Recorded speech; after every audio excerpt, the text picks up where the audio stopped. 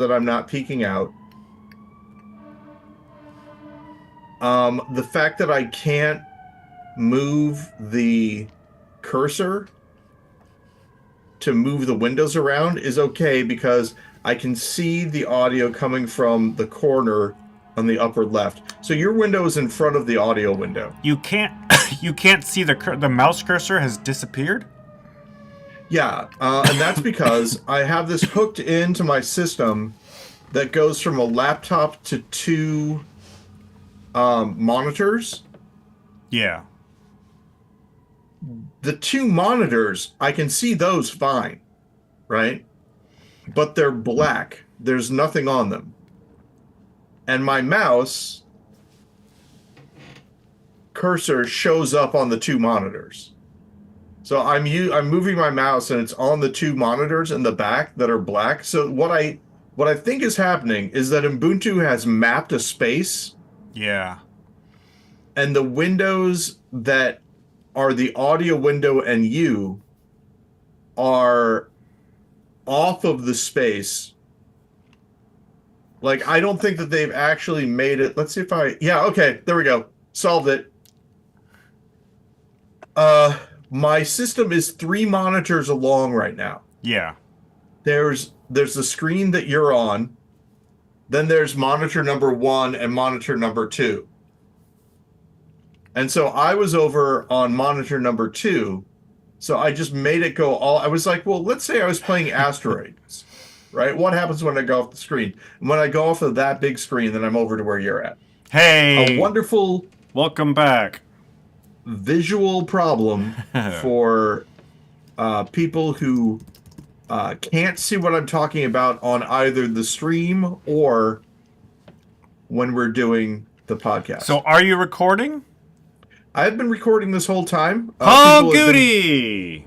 GudeLaurance. People have been treated to a wonderful conversation on my part about how I, am having these troubles.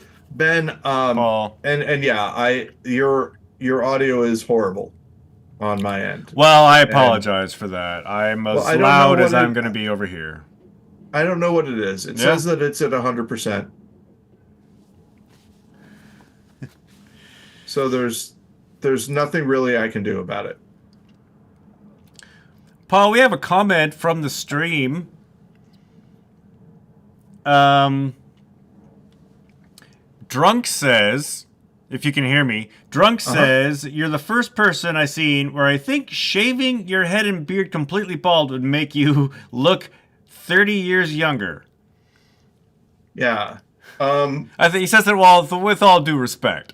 But when was the last time, because you have done that, when was the last time, has it been like 25 years? Since I shaved completely? Yeah. No, not really. I mean, I was pretty close, probably last year even at some time. Oh, yeah? Yeah. Okay, so the news is I will look completely different next podcast. Okay. There's a change that I'm doing for a work thing. Is this the in-person costume event you were telling me about last week? Exactly, yes. Yeah. I can't say too much about it. Well, I guess I can. Nobody really listens to it. Drunk is here. Oh, no, I meant nobody from the office. Oh, nobody from work. Yeah. And if you do listen to this at work, I don't know if I want you to tell me. Maybe don't. I'd feel weird about it. Oh, Steven has joined us as well. Hey, Steven. But no, so the last time I was at an event like this, the theme was Hawaiian shirts. Yeah. And the theme this time, it's been, COVID and all that 3 years later or whatever. The theme is Hawaiian shirts. Right. And so what I have done is I've purchased the exact Hawaiian shirt that Tom Selleck wore as Magnum PI. Right. Because the last time I shaved Magnum PI mustache, but now I'm wearing the exact shirt. And I have gotten myself a Detroit Tigers ball cap. Yeah.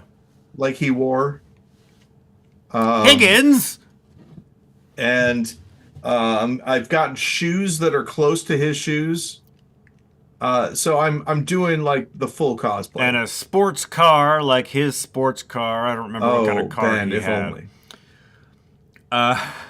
So Drunk and Steven are just talking to each other in the chat. But Drunk also says, the more hair you grow, the more you look like you created Earth. It's true. And I wanted to say, Ben, that one of the nice things about your low audio is it really does make me more mindful. I have to pay attention to you more. We should institute this more often. Yeah, well, I mean, it's going to be like this until it isn't. Until you figure it out. But yeah, so I basically normally after work I take some time to like eat a little something, or on the podcast I eat a little something. Right. And since Jennifer Fact Checker no longer listens, you don't have to worry about bothering her eating on audio sensibilities, which she complained about. I think Steven also doesn't like it. And most people who listen to podcasts. But true, she was the one who actually complained about it the most. Yeah. I mean, I'm not singling you out. She called me out on that too at one point. Oh, okay. Well, the big thing now is that I do have sort of a Wilford Brimley-esque look to myself right now. They want to be us. Eat your Quaker Oats. Yeah, Quaker Oats. It's the right thing to do. Oh, hey, speaking of, I guess... Come on, Mac. I want to come back inside. Foods. More Big Red. This is my last can of Big Red, Ben. Your last can of Big Red Zero. Ever? Picked up when I was in Texas. I think we've talked about Big Red before on the podcast, haven't we? Yeah, it was on. Big Red made an appearance. If it was not last week, it was the weekend before. Yeah. And yeah, so now, luckily, Schnooks has started stocking Diet Cheer wine again, which is my my go-to if I can't get the Big Red. Yeah. Sugar-free. What's happening in the chat, Ben? Something's happening? Yeah, so Steven's been saying, how is a Hawaiian shirt a theme? Does getting to know coworkers better work out for Paul? It can go sideways. What? Listening to someone chew food is a general preference? While then Drunk says, okay, just to chime in on the audio convo, you guys both sound normal to me. Ben might even sound a little louder, honestly. That's because I may have turned my volume up a little bit so Paul can hear me. Yeah, that's true. And then Steven said, this is what I reacted to with that you noticed. Remember, when Wilford Brimley filmed Cocoon, he was 23. That is good. Here's what I'll say. Meeting coworkers. I don't talk about work. We don't talk about work on the show. Here's the thing. I can keep it together and fun and light for a 2-day period, right? How long is this event? Well, that's the thing is that so a conference. I could go to a conference, yeah, and all that, and I can come in, for a meeting and all that. The big thing is that the longer I'm in a place, the more familiar people get with me, the more my idiosyncrasies kind of pile on each other. Yeah. Now, of course, if Jennifer were here, she would say, and probably rightly so, you're not fooling anybody. But yet, it is, something I've been noticing. So I will say this, being in person with people is kind of nice. Even though it's kind of hard to deal with me, sometimes there are less misunderstandings because I can clarify.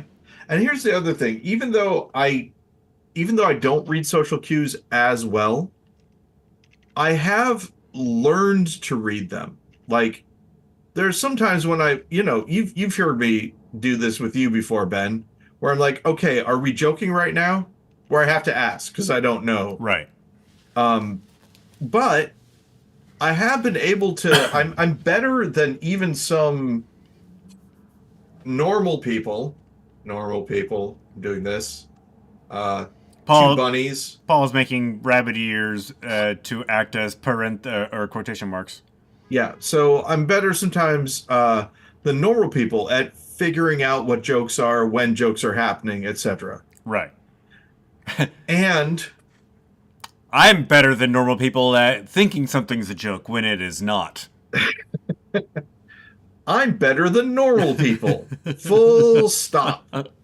Um, but we had some people from out of town, and you'll be happy to know, drunk, that Provel was the topic of conversation. And people were like, I have heard of this Provel from this area. Oh, and speaking of the St. Louis area, I have a question specifically for drunk. As we talked about this, there are two Metrolink questions I have. Number one, as someone who lives in St. Louis, the idea of the narrative of if you ride Metrolink, you will get murdered. To me, as someone coming from Seattle, Washington, and who has been in Chicago before, etc., it feels like the term would be pearl clutching, that people who live in the St. Louis area just aren't used to riding public transportation with a lot of other people. And oftentimes mistake having to interact with a young person who is aggressive as being almost getting murdered rather than just being around a young person who is aggressive. Right. I wanted to get his take on that, number one. Or someone having a mental health episode in public. Right. Even though there may be no danger to anybody else except themselves. And then question number two, what does Drunk think about the proposed Green Line expansion? Does he think it will happen? And is it a good or bad thing? Local St. Louis questions for the podcast that at least I think 25% of the listenership, no, 50% of the listenership is from the St. Louis area. All right, so first off, Drunk had to go back and look up who Wilford Brimley was. But secondly, Steven says, I have a medical condition where you can tell what I'm thinking by looking at my face. We were talking about. He says he can keep it light in a room for about 10 minutes. He's astounded that you can do it for 2 days. When you mentioned Provel, Drunk said, I was typing a chat and soon as Paul said Provel, I backspaced it to type, Provel is delicious. I also enjoy Provel. Paul, is that like a deli? What is for the not-initiated? What is Provel? So Provel is a, if you can imagine this, it's Provel. The name comes from provolone mozzarella. Velvet. Oh. It's a combination of provolone and mozzarella cheese, but very important, it's also processed. So it's like provolone, mozzarella, and Velveeta. Yum. Oh, I hear it's delicious. Well, here's the thing, and Jennifer thinks it's gross, but I will occasionally buy a carton of it. It comes in a carton kind of extruded, like one might extrude spaghetti or some other kind of thing. So it's just a big rope of it, right? Yeah. Like about this, you can't see, about the... Is it... a little thinner than a pencil and just sort of coiled in its container. I'll just eat bits of it. Is it a snack? Is it for sandwiches? Is it for cracker? What's the use case for Provel? There's a pizza chain called Emo's. Okay. That uses Provel on their pizza. That's where it's most known for.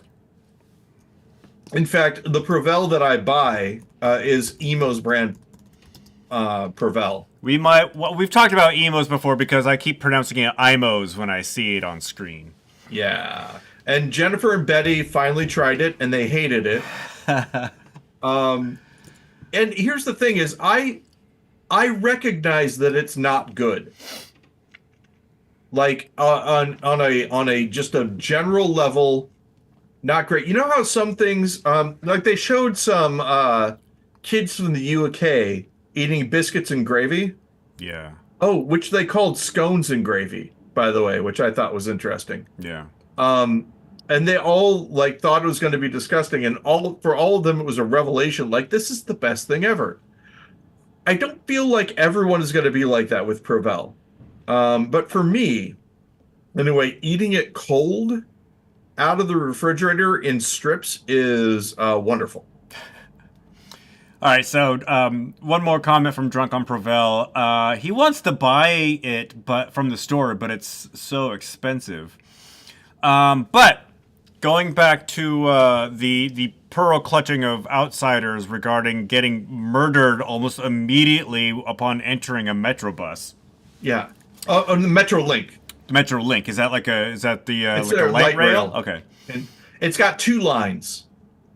I think one goes to the airport and one goes to Scott Air Force Base in Illinois. So he says, I am quote here. So Paul, I used to drive to work. My job has parking garage downtown St. Louis, so they either pay for parking garage or buy you a metro ticket.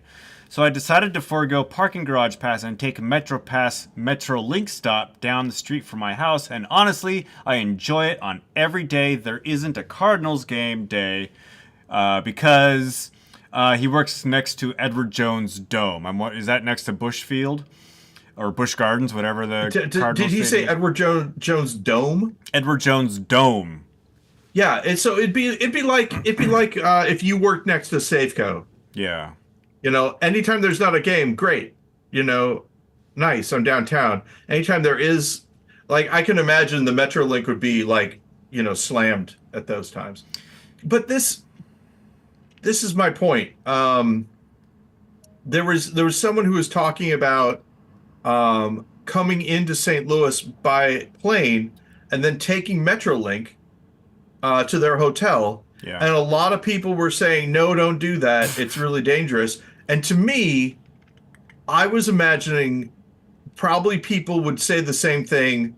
People not from Seattle. Like if you ask someone from, I'm making this up, but if you ask someone from Fife, well, what if I just take public transportation? They might, no, if you ask someone from Bend, Yeah.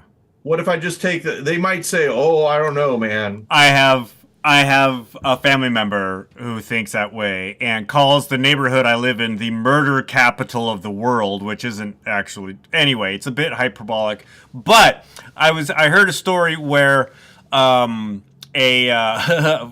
family members were going to come in to spend the day in Seattle and were thinking about getting a hotel downtown, and this other family member's like, "No, you will be murdered." And I'm like, "Come on, man."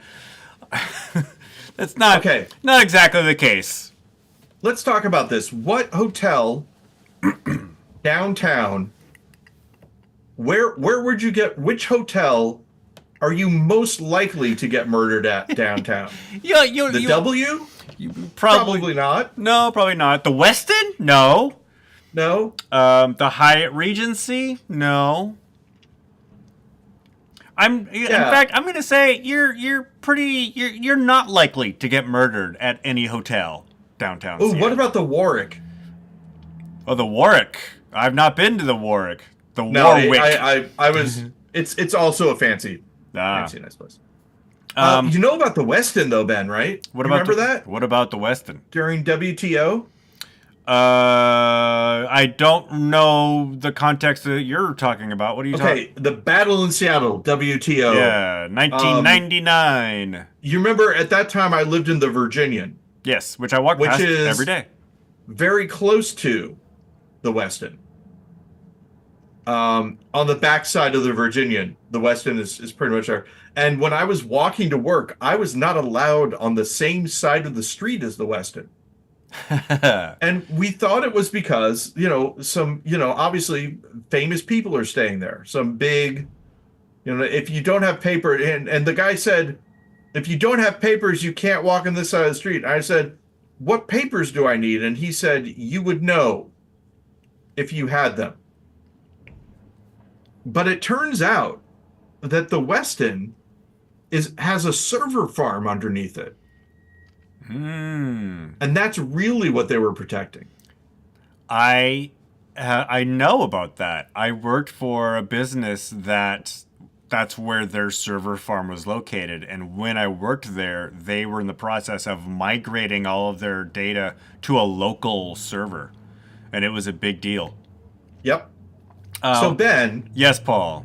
the safest way to keep your data from getting corrupted is to put it underneath a place where several murders happen all the time. Yep. That Weston's also where the president stays when the president comes to town, and so Yep. it's a big target. Drunk wants to say he's from the north side of St. Louis, so he's used to seeing aggressive everything, and the metro doesn't seem dangerous to him. Yeah. So when I talk about moving to the south side of Chicago, north side of St. Louis are kind of similar. Yeah. Like if you see the streets and advertisements and things like that, you could be in the same place. It's pretty much that. And so when I talk about moving to the south side of Chicago, um, You're some gonna of the get people murdered. some of the people I talk to are like, well, you might decide differently or you might not want to. And the thing is that number one, yes, understood, gotcha. Yeah. But number two, the exact thing that you're saying right now is the reason why I might be able to afford a house in the south side of Chicago. Because folks like you aren't going to be living there. So, I don't know. Yeah. You remember the 23rd and Cherry story. What's the 23rd and Cherry story? So, Jennifer, Betty, and I lived at 23rd and Cherry, and like a little bit of bungalows and stuff like that. Yeah. And there was a specific day that we decided to move, and that's when we were sitting in our car, and there was a young man on a bicycle who rode in front of us, yelling at someone a little bit further down the street that we couldn't see because he was being blocked by our buildings. But they were yelling back and forth, and the guy on the bicycle turned, pulled a gun, and shot down the street at the guy who was yelling at him. Yeah.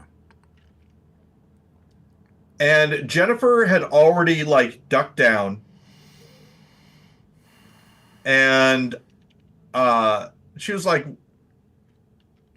if that happens again, you should duck down. What were you doing? And I was like, I was kind of amazed. I mean, Ben, there are many things I have seen in this world, but nothing quite as cool and graceful as a man pulling a gun while riding a bicycle. I mean, he was in motion. Bike was in motion, yeah. Facing the opposite direction, shooting. And I was like, I can't even, when I've got both hands on the handlebars. John Wick right there, man. I was riding a bike one time, both hands on the handlebars.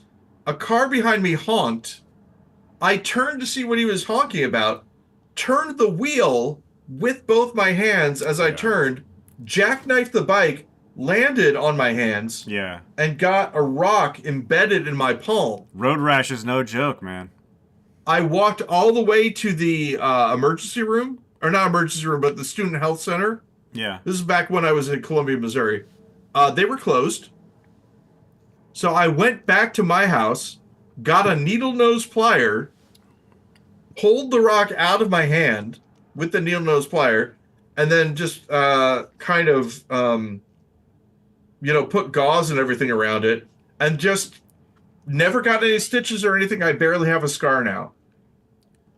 But that was way before, so I knew how suave and crazy it was that this guy shot. And Jennifer's like, we should probably move. That was also before you guys had Betty. That was the house before. I mean, she was pregnant with Betty at the time. Yeah. So that was part of. It was like, before we have a kid, we should probably. Yeah. Not be. I cat sat for you at the house. Steven says a crowded bus is fine. It's when there are only a handful of people that things can get weird. Yeah. One of my favorite that's the funny thing about the light rail is that if you can guarantee that if it's super crowded, like on a game day, the fare ambassadors are not going to get through. And they always start on the ends. So just stand by the doors, you're going to be fine. Unless you're going to, like, the airport or something. That's Ben's tip for not paying. I actually pay all of my, it feels like I'm single-handedly funding Sound Transit because it feels like I'm the only one who ever taps my card getting on and off the light rail. I always tap my card, have to. But Steven also says, one of my favorite Paul stories was a bus ride he had that started with a woman yelling at a guy to leave her alone, and then, ... What happened after that? Wait a second. Is this... No, this isn't my story. This is actually Daniel Christensen's story. I think. If it's the one I'm thinking of. So Daniel Christensen is on the bus, and a woman is yelling at this guy about how this guy is stalking her and how she's sick of him and all of his stuff. And she names all these things that the guy does, like going through... I'm making this part up because I don't remember. Not my story. Yeah. Going through her trash and emailing her friends and calling her at all hours of the night and all that. And then she whips around to Daniel and says, "And I'm also sick of your friend," and points at Daniel. Daniel looks at the guy, and the guy just makes his eyes wide and nods at her. And nods at him and is like, "Yeah." With psychic ability, yeah, I don't know who this is either. And then she starts talking about that. Is that the story that he's thinking of? Well, Stephen will have to chime in on whether or not that's the story he was thinking of. I don't know if he's still... I think he may have bounced. Weird things do happen with me on the buses as well. Yeah. Don't get me wrong.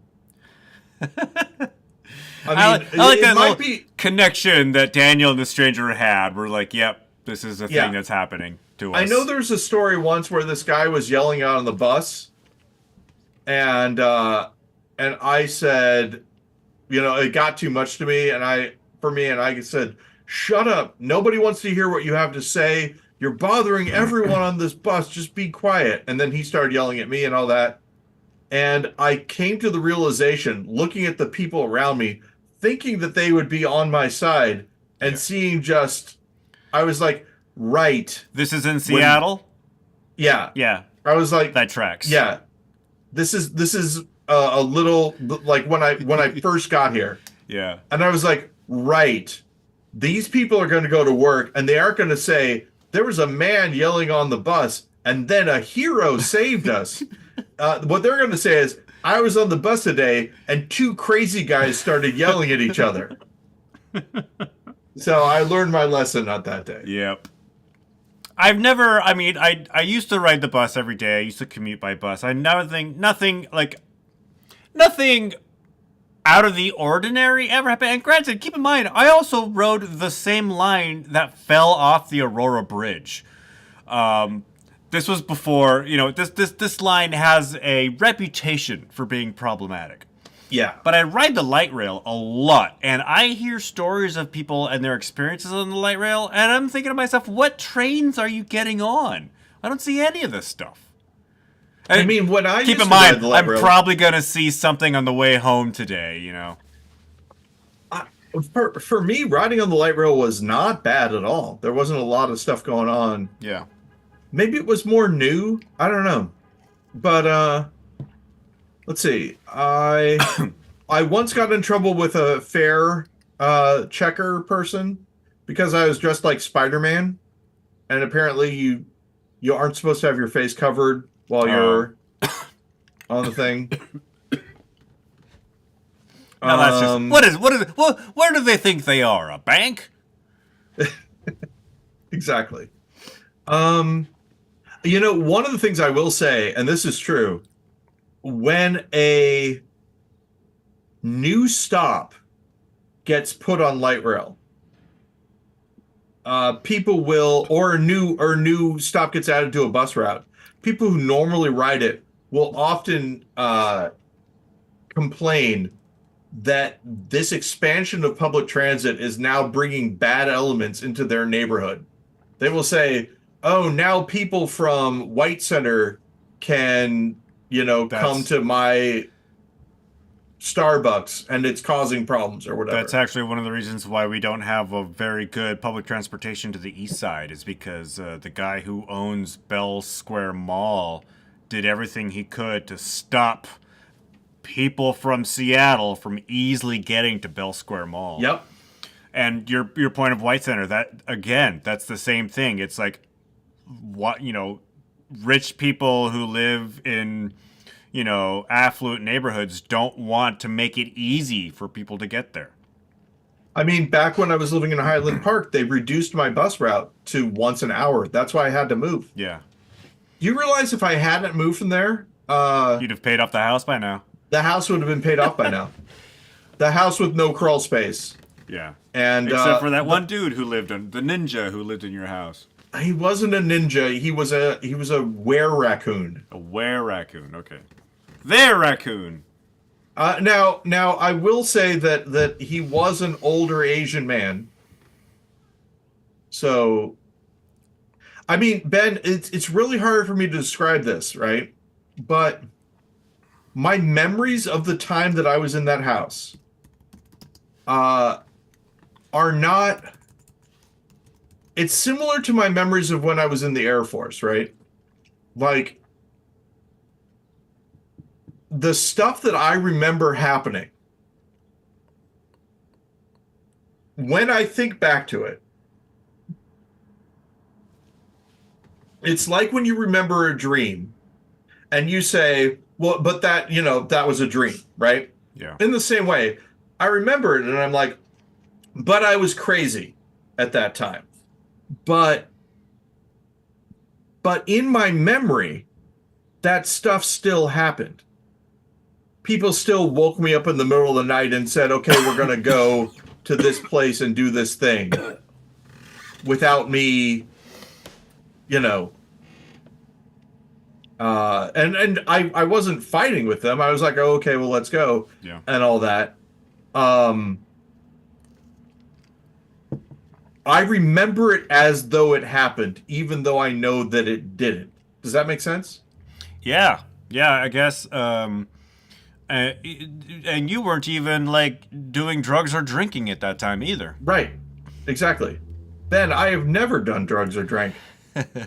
That's canon. But the old Asian man who lived under the house. Yeah. Crawled into the house, and there was a chain link fence that he crawled up and hopped over and walked away. Now, I don't know if there is a chain link fence in that yard or not. In my recollection, there was. I don't recall. There was a time when I was in that bathroom, and I was taking a bath. And I had drained the water out of the tub. I was still sitting in the tub, and I heard scratching on the tub. And I scratched back, and it scratched back the exact same way that I scratched back. And that was frightening, right? There was another time where something came out of the toilet and then went... That freaked me out. Lots of things. I was in the bedroom one time, and the sound of 100 rats crawling on the ceiling happened. And I feel as though that was rain, and I was just hearing rain on the ceiling. Right. But at the time, it was 100 rats. That sort of thing. Yeah. So... and yeah, whenever Betty and Jennifer go on vacation, if I'm not with them, weird stuff starts happening around this house too. It's like my sanity is predilected. I don't know if that works. My sanity is predicated on there being sane people around me that I can check in with and go, hey, right. Is this happening to you too? Yeah, exactly. Do you hear that? There's a famous thing on a Screamin' Jay Hawkins record where Screamin' Jay Hawkins is like, what is that echo? And the sound engineer says, that's just your imagination, Jay. And he's like, oh, okay. Cool. Yeah. I got a lot of fond memories from that house. I know it could be quite different for you, but we spent a couple of like, I was overnight just working on music and like drinking like blue Pepsi or something like that. I remember Yep. one day I was coming home. It was like 7 o'clock or something in the morning. I was on the bus on my way home and listening to the radio, and that's the morning that the Columbia disintegrated on re-entry. That was that morning. Wow, yeah. I mean, no, I liked it. I liked that house. It was all right. I think if I personally, me, lived in that house now, I would be able to do better. I honestly think that even if Jennifer mentioned that she doesn't um necessarily think I should have sold it, that it could have worked. But, hindsight, 2020, all that. Yeah. Drunk wants me to read a comment. I don't see the original comment, Drunk, but I'll just read what he says. The Metrolink train isn't dangerous, but the Metrolink stations are dangerous. Oh. Do you agree? He wants to go watch the NBA playoffs. Oh, okay. So I don't know. I mean, I've never taken it. And the reason is because, I mean, from the Illinois side, right? Normally when I'm in St. Louis, I have a car. Yeah. There's no reason for me to take it. But the fact that it was dangerous, on paper anyway, people were saying it. Like I know that there was a crime ring that got busted that operated out of the stations, apparently. Yeah. Maybe they still do. I don't know. But I never feel at danger in any of the Link light rail stations, even though my station, the Westlake station, there have been people shot inside. Because it is the downtown stop, and it is, it's, yeah, it can be dangerous. It's just I never see it. I had a conversation with somebody about Chicago's, transit violence thing, and whether or not, because I was talking about the St. Louis one, but he thought I was talking about Chicago, and this is the reason why. I said one of the things I'm looking forward to when I move to Chicago is public transportation again. Yeah. I haven't, because apparently they have a thing called Metro as well. I think it's their buses. But I said, I never ended up taking Metrolink because I heard too many stories about it possibly being, dangerous. And then he wrote back thinking I was talking about the Chicago one and said, I think a very interesting and possibly correct thing, which is that 9 times out of 10, whenever violence does happen, it's violence where the people know each other and both of them ride transit. Yeah. It's not so much a random thing. No, and that's I don't know if that's the thing I have to like remind my parents when they are worried about me walking around downtown at night. When when you hear stories about like violence, one person stabbing another person, whatever, it's because those two people are having an altercation because like. This is one specific story. One guy stole another guy's drugs, right? And so there was a confrontation. Like, that's not going to happen to me. Just people randomly walking around town. I mean, granted, that does happen. It's just not as prevalent as all the other violence that happens around downtown. Yeah. I mean, there are times. The big thing that would happen to me in Seattle, were not. And I think this makes sense to you probably. I was not confronted with professional criminals. That was not a thing that I would run into. I was confronted often with erratic behavior that I couldn't parse. Right. Like I wasn't sure what this guy was up to. Yeah. I think the most in danger, quote unquote, I ever was when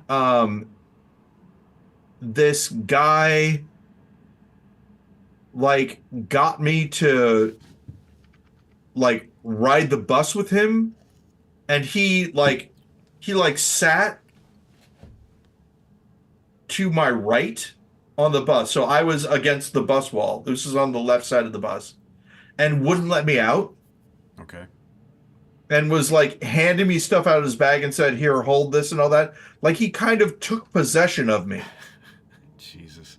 Um, and it's the closest I think I've ever come to being kidnapped, other than the time when this guy said that he had some energy drinks in his car that he'd like me to try. I was like, okay, that sounds fine. And Zach Lewis stepped in and was like, Paul, what are you doing? No. Yeah. Well done, Zach. Steven actually just posted a comment saying, your special power as a young man was being approached by strangers for quite strange conversations. Yeah, true, true. It doesn't happen to me as much now that I'm older. Yeah, and you're not out as much. But yeah, I the most dangerous, and I've told this story in the show before. The most danger I've ever felt walking around Seattle is from a drunk bro outside of a bar in Ballard. Yep. I mean that's universal most of the time. Yeah, It's that's not just big city problems. Yeah. But I don't know. The big thing is that I do get nervous around people in general, people that I don't know. I can. Yeah. But I'm also very gregarious, and the two things don't seem to like they don't, it doesn't seem like they would work. Yeah. And the way I can say it is this. If I had it my way, right, I would be by myself doing my own thing. And interacting with other people is something that makes me frightened or annoyed, etc. Yeah. Like I'll give you an example. When I'm at my house and it's me, Betty, and Jennifer, right? And I'm wearing my headphones. I'm listening to a thing. I am, and this is true, frightened and nervous and scared that one of them is going to ask me something and I'll have to stop listening to the thing I'm listening at. It's one of the things I'm working on with my therapist, right? Frightened and nervous and scared. Yeah, like I can't. That's the only way I can describe it. It's a very negative possibility that I'm going to be interrupted with my headphone listening. Yeah. Yeah. And I'll have to pause it and I'll have to talk to them. Like life or death, frightened, weird. I mean, it's a very strange thing. That just got elevated, yeah. To the point where being interrupted would make me, angry, etc. I'm saying all this to let you know the stakes, right? That's what it is. But on the other hand, when I am forced to interact with people, right? If I get into the car with them and I go somewhere, yeah, I have a nice time talking to them. Yeah. If I'm at a party, this is the one thing Jennifer has said before. She has to drag me to places, but she also has to drag me out of places. Once I get there, then it's fine. Paul, I think you and I are very similar in that regard. I have this happened to me on Sunday. I went to Bothell for a friend's birthday gathering, and I had I wouldn't say extreme social anxiety, but a lot of social anxiety on my way there. Right, in the car, driving to, it was at a fancy hotel, it was outside by a fire pit, there were people, I knew there were going to be people there that I knew there were going to be people there that I didn't know. And right. even then, I was quite anxious getting there. But once I got there, things were fine. And I was one of the last to leave. Yep. It's like stage fright, I suppose. Not exactly being on stage and being frightened, but it's that build up to walking on stage. Once you get on stage, you're fine, you're in the zone. But it's that moment when you're next in line, and all that anxiety, the need to poop comes out as well. Hey, here's where we get to the part of the podcast where we talk about the thing the podcast is somewhat supposed to be about: our careers as High five. performance artists. You and I, both had that anxiety of, oh, we're going to get introduced and then we're going to have to come out and all that. So one of the things that we were kind of known for, and this happened very organically, was coming out before we were actually formally introduced. Yeah. Much to the chagrin of whoever was the host that night. I mean, with us and Bruce, I think it became a little bit of a fun thing. But yeah, we would always pop out, almost immediately. We'd wander on, we'd look. Yeah. Sometimes we'd leave again, and then we come back. It was really fun. I liked playing with that. Yeah. With that liminal space between when you're introduced and when you come on. It was really penumbra. Nice. I saw a picture recently. It's from a Weird and Awesome when I was performing at one point. And I'm standing just right over here at this door. I'm standing by the door, and I'm like, it's that one moment right before you go on stage where you're running through in your head everything that you need to do. And I'm not like rehearsing lines, but like rehearsing beats, just running through my head. Okay, go out, do this, get to this point, get to that point, get to this point. And if I remember correctly, I did most of those things, but had a great time in the process. There's a thing that we talked about. I don't remember who we were talking to. I don't think it was for like any sort of an official interview or anything. But we said we made a mention of Saving Private Ryan. And we said, do you remember the opening of Saving Private Ryan where Tom Hanks is going over what the plan is with the troops? We're going to do this, we're going to do this, we're going to do this. And people are dying, and nothing is going according to plan. And then they regroup. And then he continues on with the plan, and you realize that there's a plan behind the plan, and not everybody was going to make it. So you plan for everybody making it, but then once you get to the other place, then there's the new plan that you go to. Yeah. And that's kind of what it was like. It was like, okay, well, we're planning on doing this. Okay, nobody laughed at this thing. So now we have to figure out how to save it. And occasionally what will happen is nothing we can do will save it, but Michael Hayes comes in and does something. And then you grab onto that. That's the Eagles saving the hobbits, basically. He did that a couple of times. One main time that I can think of, where we were doing a rap thing and we didn't do well, so he started it over. Yeah. Yeah. That was we had hit a wall. We to the point where I think I was rapping gibberish because my brain has short-circuited. Yeah. And we said something like, this isn't what these people came here to see. Let's do the actual thing. And I think that was one that ended pretty good. Like in the end, they were on our side. Yeah. It went after we regrouped, we restarted and got through it, and it was great. And this might be selective memory, but I don't think that there were many times when we lost people in a way that at the end they were mad at us. I think that we lost people sometimes where they were confused at the end. Yeah, there were many pieces where like people just didn't get it, but I would hope that we never actively made people mad. And not that they didn't get it in a way like they were stupid. I mean, they didn't get it because we gave them something. It was pretty obtuse from our end, yeah. Yeah. But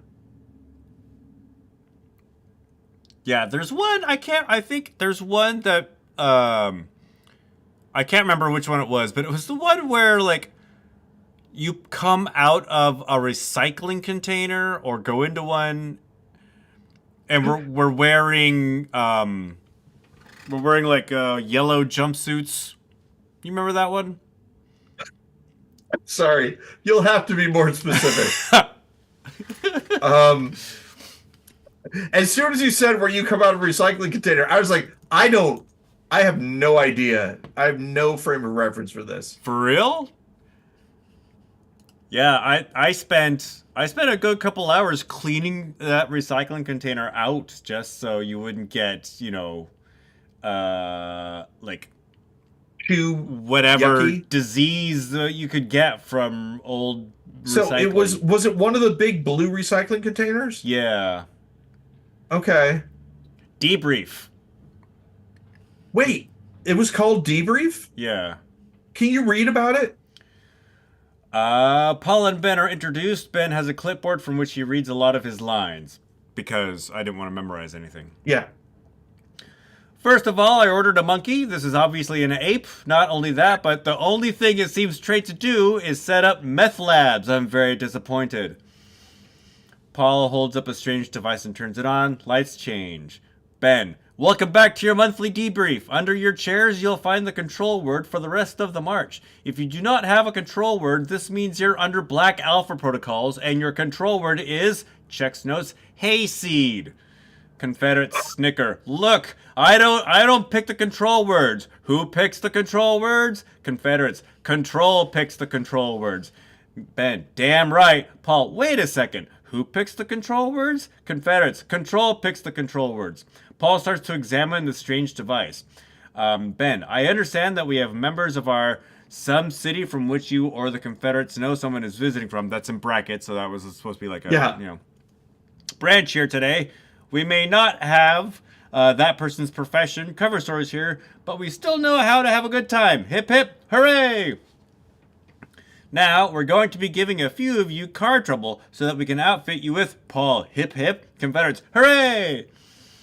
Ben, Paul and Ben confer. Ben, okay, who stopped using the control words? Don't be shy, it won't affect your rank. Paul, we've explained this before. It takes a while for the words to build up in your system. If you stop using the control words, it could take months for them to get to the proper levels. Ben, I think they get it. Paul, that affects your water tower access, your veil clearance, and your selective memory. Ben, okay, calm down, Wait, your Tiger. water tower access, your what? Your veil clearance, V-E-I-L, okay. Your veil clearance, and your selective memory. Ben, okay, calm down, Tiger. Ben puts on the yellow lab suit. Paul, it just pisses me off. Ben, look, if you're going to rant, do it telepathically. Paul, if they haven't been using their control words, they won't hear me. Ben, our time's almost up. Paul, fine. Paul makes an angry face. Confederates, ow, etc. I don't remember who the Confederates were.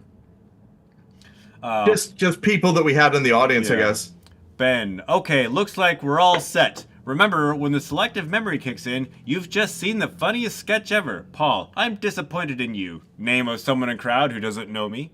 Paul turns on the strange device. Lights change. Ben, well, that's the last time I monkey around with the drug business. Paul and Ben high five, lights out. Okay, that was different than the recycling bin one. I've kind of conflated those two, but okay. Here's the thing. Did we actually do that debrief one? Yeah, there's a photo of it. Can you send me the photo? Yeah, I'll send you a link to debrief. Yeah, send me a link to debrief. Oh my god. Do you not remember that? I do not remember that. I remember that. Okay, so, I mean, Brett, Steven, you, me, we talked about doing a whole show called Debrief. Yeah, this must have just been once that show was no longer, the title came free. But what we did in that is very close to what we were gonna do. It was just going to be a longer kind of, and Jennifer was like, no, guys, you should not do this, because it was a longer sort of mind control kind of thing. Like the goal was to not necessarily brainwash people, but to make them feel unmoored from reality. Right. And she said, if anyone would do this to you, Paul, you would hate it. I'm like, yeah, but I wouldn't be doing it to, they wouldn't be doing it to me. I'd be doing it to them. So it's okay. I'm sending yeah. you, I found a link to the one with the recycling bin. We're kind of skipping around on this week in GudeLaurance history. We have a little bit of time for about the one with the recycling bin. What was that one? All there are pictures. Paul and Ben do performance so weird it defies explanation. Ben wheels out a recycling bin, looks inside, finds nothing. Paul jumps out wearing only a jockstrap.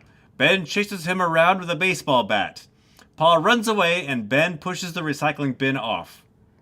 That was the performance. Oh wow, okay. So I think this is obviously an ape, and all it does is make meth. I bet you I'm wearing that yellow jumpsuit and that monkey face from This Is Me, This Is My House. You are. Or wait, was it This Is Me, This Is My House? Is that? Yes. Is that where the monkey's from? Well, the monkey was in that. Okay, that's what I thought. Yeah. So crazy. And cool. I'm wondering, so we've already done 2 past performances. Paul, do you remember where we stopped in terms of the going down the list of other performances that we talk about? Oh, yes, Ben. I was in a recycling bin wearing only a jockstrap. No, I don't remember. Let's see if the webpage will get pulled back up because it's being slow.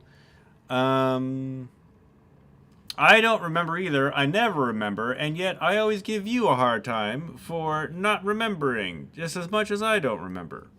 That is unfair to me. Screw it. Let's not do it. The webpage isn't getting pulled up. Anyway. We talked about 2 things. I know we're out of order, but we talked... You're out of order.